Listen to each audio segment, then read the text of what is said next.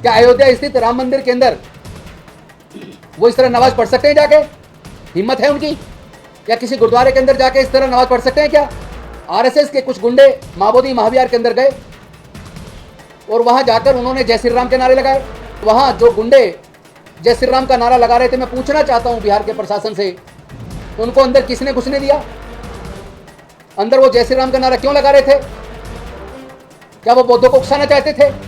जब उन्होंने उसका विरोध किया और उन्होंने जय भीम बोला, नमो बुद्धाय बोला, तो उनके ऊपर हमला बोल दिया, यहां तक एक भिक्षुक की पिटाई की। हम फिर केवल माबोदी महाविहार की मुक्ति तक नहीं रुकेंगे।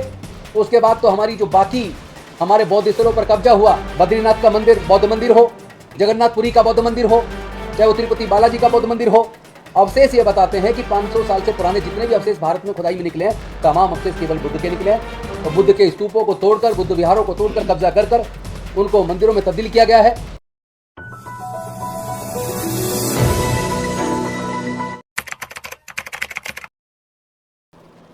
जैसा कि आप जानते हैं कि 12 फरवरी 2025 से बौद्ध गया के अंदर महाबोधि महाविहार की मुक्ति का आंदोलन चल रहा था और उस आंदोलन को कुचलने के लिए गया के डीएम ने, बिहार की सरकार ने नाना प्रकार के हथकंडे अपनाए और इस हद तक हथकंडे अपनाए कि बुद्ध पूर्णिमा वाले दिन 12 मई 2025 को बिहार के राज्यपाल आरिफ मोहम्मद खान महाबोधि महाविहार मंदिर आए और वहां पर उनके साथ बीटीएमसी के तमाम मेंबर्स, गया के डीएम, कमिश्नर, पुलिस अधिकारी, सब लोग मौजूद थे। और वहां बौद्ध मंदिर के अंदर उस महाबोधि महाविहार में जहां तथागत बुद्ध को संबोधि प्राप्त हुई थी, वो महाबोधि महाविहार जो बौद्ध गया में स्थित है, जिस स्थल से दुनिया के तमाम बौद्धों की आस्था जुड़ी है, उस जगह पर बौद्ध मंदिर के अंदर बुद्ध की प्रतिमा की तरफ पीट करके बिहार के राज्यपाल ने ब्राह्मणों के द्वारा मंत्रोच्चार से, जो कभी पहले बुद्ध का छोटा स्तूप होता था और उसके ऊपर बुद्ध की उकरी हुई एक प्रतिमा बनी हुई थी शिला के अंदर, जो तोड़ी जा चुकी है, जो एकदम जहां एक गड्ढा सा बन गया है, वहां पे उन्होंने उसको शिवलिंग कह के ब्राह्मणों के द्वारा मंत्रोच्चार से पूजा अर्चना की। और वो 100 साल पहले की उस जगह की एक पिक्चर मैं आपको दिखा रहा हूं, आप देख सकते हैं, आप जूम करके इसको देख सकते हैं। ये 100 साल पुरानी पिक्चर तब की है जब नेपाल का राज परिवार महाबोधि महाविहार में दर्शन के लिए आया था, तथागत बुद्ध के दर्शन के लिए। इसमें बुद्ध की प्रतिमा के सामने ये छोटा स्तूप है और इस पे भी बुद्ध की शिला के अंदर प्रतिमा उकरी हुई है। ये स्तूप तोड़ा जा चुका है, अब बिल्कुल फर्श से मिला हुआ है। इसी जगह को, चूंकि वो स्तूप है, नीचे गोल है, उसको शिवलिंग कह के बुद्ध की प्रतिमा की तरफ पीट करके राज्यपाल महोदय ने, डीएम साहब ने और तमाम बीटीएमसी जो बुद्धिस्ट टेम्पल मैनेजमेंट कमेटी है उसके मेंबरान ने पूजा अर्चना की। ये राज्यपाल साहब का कृत्य, ये बीटीएमसी के मेंबर्स का कृत्य, ये डीएम साहब का और कमिश्नर साहब का कृत्य बेसिकली बौद्धों की आस्था को ठेस पहुंचाने वाला है। पूरे दुनिया के बौद्धों की आस्था को ठेस पहुंची है, क्योंकि ये बुद्ध पूर्णिमा वाले दिन ये कृत्य हुआ है और वो भी महाबोधि महाविहार के अंदर हुआ है, बुद्ध की प्रतिमा की तरफ पीट करके हुआ है। क्या इस तरीके से बिहार का शासन, बिहार के राज्यपाल, गया के डीएम, वो लोग मिलके न केवल बौद्धों की आस्था के ऊपर उन्होंने हमला किया, बल्कि बौद्धों को भड़काने का काम किया? क्या राज्यपाल महोदय और बीटीएमसी के मेंबर्स और डीएम, ये तमाम लोग मिलके क्या दो संप्रदायों के बीच, दो धर्मों के मानने वाले लोगों के बीच दंगे फैलाना चाहते थे? क्या वो उनको उकसाना चाहते थे? मैं पूछना चाहता हूं राज्यपाल महोदय से, क्या अयोध्या स्थित राम मंदिर के अंदर वो इस तरह नमाज पढ़ सकते हैं जाके? हिम्मत है उनकी? या किसी गुरुद्वारे के अंदर जाके इस तरह नमाज पढ़ सकते हैं क्या? अगर ऐसा नहीं करते तो बौद्धों की आस्था के केंद्र महाबोधि महाविहार के अंदर उन्होंने ब्राह्मणों के द्वारा बुद्ध के उस स्तूप को शिवलिंग बताकर उसकी पूजा अर्चना क्यों की? इस तरीके से दुनिया के बौद्धों का अपमान उन्होंने क्यों किया? दो धर्मों के बीच वैमनस्य फैलाने का कृत्य उन्होंने क्यों किया? क्या वो दंगे कराना चाहते थे? इसका जवाब राज्यपाल साहब को देना चाहिए। और अगर राज्यपाल साहब को इसकी जानकारी नहीं थी तो गया के डीएम को तो थी, वहां के कमिश्नर को तो थी, बुद्धिस्ट टेंपल मैनेजमेंट कमेटी के मेंबर्स को तो थी। इसका जवाब सरकार को देना चाहिए और गया के डीएम को तुरंत बर्खास्त किया जाना चाहिए। और उन्होंने केवल इतना नहीं किया, बिहार के शासन ने बुद्ध पूर्णिमा से अगले दिन 13 तारीख को आरएसएस के कुछ गुंडे महाबोधि महाविहार के अंदर गए और वहां जाकर उन्होंने जय श्री राम के नारे लगाए। सब लोग जानते हैं कि पूरे दुनिया के बौद्धों का आस्था का केंद्र महाबोधि महाविहार है।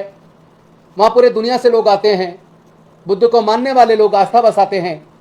और वहां जो गुंडे जय श्री राम का नारा लगा रहे थे, मैं पूछना चाहता हूं बिहार के प्रशासन से, उनको अंदर किसने घुसने दिया? अंदर वो जय श्री राम का नारा क्यों लगा रहे थे? क्या वो बौद्धों को उकसाना चाहते थे? और जब उसके जवाब में जो अलग अलग राज्यों से बौद्ध प्रतिनिधि आए हुए थे, उपासक आए हुए थे, जब उन्होंने उसका विरोध किया और उन्होंने जय भीम बोला, नमो बुद्धाय बोला, तो उनके ऊपर हमला बोल दिया। यहां तक कि एक भिक्षुणी की पिटाई की, एक महाराष्ट्र की महिला की पिटाई की।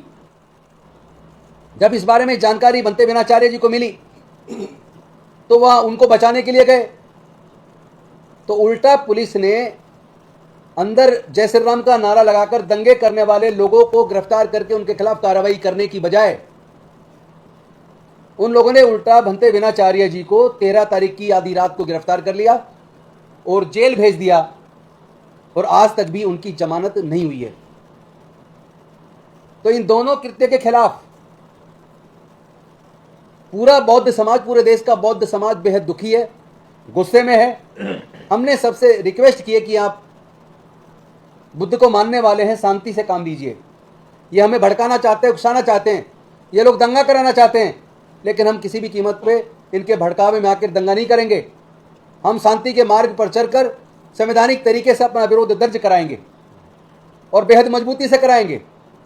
सरकार अगर कोई कार्रवाई नहीं करती है, उसके बाद अगला कदम क्या होगा वो हम लोग डिसाइड करेंगे। लेकिन आने वाली 5 जून को सुबह 10:30 बजे जंतर मंतर पर all India Buddhist forum, mission Jai Bhim, the Buddhist society of India, Bharatiya Bauddha महासभा, समता सैनिक दल, भीम आर्मी और भीम सेना व अन्य जितने भी संगठन, राष्ट्रीय बौद्ध महासभा सहित जितने भी बौद्ध संगठन, अम्बेडकरवादी संगठन देश में चल रहे हैं, सब लोगों ने मिलकर तय किया है कि आने वाली 5 जून को दिल्ली के जंतर मंतर पर एक विशाल प्रदर्शन सुबह 10:30 बजे किया जाएगा। और यह सब 13 मई को बौद्ध गया के अंदर सिक्किम हाउस में जो पूरे देश के आए हुए प्रतिनिधियों के बीच में यह तय हुआ था। तो उसी डिसीजन के तहत हम लोग 5 तारीख को जंतर मंतर पर सुबह 10:30 बजे शांतिपूर्वक तरीके से, संवैधानिक तरीके से एक जबरदस्त प्रदर्शन करेंगे। और इसके साथ साथ 13 मई को सिक्किम हाउस में बौद्ध गया में यह भी तय हुआ था कि 6 और 7 जून को देश के सभी राज्यों से प्रतिनिधि दिल्ली में पहुंचेंगे। प्रतिनिधियों का एक सम्मेलन होगा 2 दिन का, रोज 4 सत्र चलेंगे और लंबी विस्तार पूर्वक चर्चा करने के बाद एक राष्ट्रीय बौद्ध संगठनों का समन्वय संघ निर्मित करेंगे, बनाएंगे, ताकि इस महाबोधि महाविहार की मुक्ति के आंदोलन को आगे किस दिशा में कैसे लेके जाना है। और इसके साथ साथ जो बहुजन समाज के अन्य मुद्दे हैं, जैसे आए दिन हमारे लोगों को कभी मूंछ रखने पर, कभी घड़ा छू लेने पर, कभी मंदिर में मूर्ति छू लेने पर हत्या कर दी जाती है, कभी घोड़ा खरीदने पर हत्या कर दी जाती है, तो कभी घोड़ी पर बारात निकालने पर हमले कर दिए जाते हैं, तो कभी भीम जागरण या बुद्ध धम्म देशना करने पर प्रतिबंध लगाकर वहाँ हमले कर दिए जाते हैं। तो इस तरह के जो आए दिन जो घटनाक्रम होती है, उसके लिए भी हम राष्ट्रीय एक समिति बनाकर, एक्शन कमेटी बनाकर उसके खिलाफ किस तरीके से आगे बढ़ा जाए और सरकार को कैसे मजबूर किया जाए कि वो बौद्धों और अम्बेडकरवादी और बहुजन समाज के लोगों के साथ पक्षपात बंद करे। उनके खिलाफ जो झूठे मुकदमे दर्ज किए गए भंते विनाचार्य या दूसरे हमारे लोगों के खिलाफ, वो तुरंत वापस ले, भंते जी को तुरंत छोड़ा जाए। और महाबोधि महाविहार का जो एक्ट है मैनेजमेंट कमेटी का 1949, उस एक्ट को तुरंत रद्द करे और महाबोधि महाविहार बौद्धों को सौंप दे। अगर बिहार की सरकार और केंद्र सरकार मिलकर इस मसले का समाधान नहीं करती हैं, तो जैसा मैं पहले ही कह चुका हूं, हम फिर केवल महाबोधि महाविहार की मुक्ति तक नहीं रुकेंगे। उसके बाद तो हमारी जो बाकी हमारे बौद्ध स्थलों पर कब्जा हुआ, चाहे वो बद्रीनाथ का मंदिर बौद्ध मंदिर हो, चाहे वो पुरी जगन्नाथपुरी का बौद्ध मंदिर हो, चाहे वो तिरुपति बालाजी का बौद्ध मंदिर हो, या सोमनाथ मंदिर जिसके नीचे आर्कियोलॉजिकल सर्वे ऑफ इंडिया ने उस वक्त खुदाई की थी जब नरेंद्र मोदी जी मुख्यमंत्री हुआ करते थे, और उसके नीचे बुद्ध का मंदिर, बुद्ध गुफाएं निकल आई और उसको रोक दिया गया। तो इस तरह के तमाम अवशेष ये बताते हैं कि 500 साल से पुराने जितने भी अवशेष भारत में खुदाई में निकले हैं, तमाम अवशेष केवल बुद्ध के निकले हैं, और बुद्ध के स्तूपों को तोड़कर, बुद्ध विहारों को तोड़कर, कब्जा कर उनको मंदिरों में तब्दील किया गया है। फिर हम उन सब की भी मुक्ति का आवाज़ बुलंद करेंगे, इस लड़ाई को लड़ेंगे।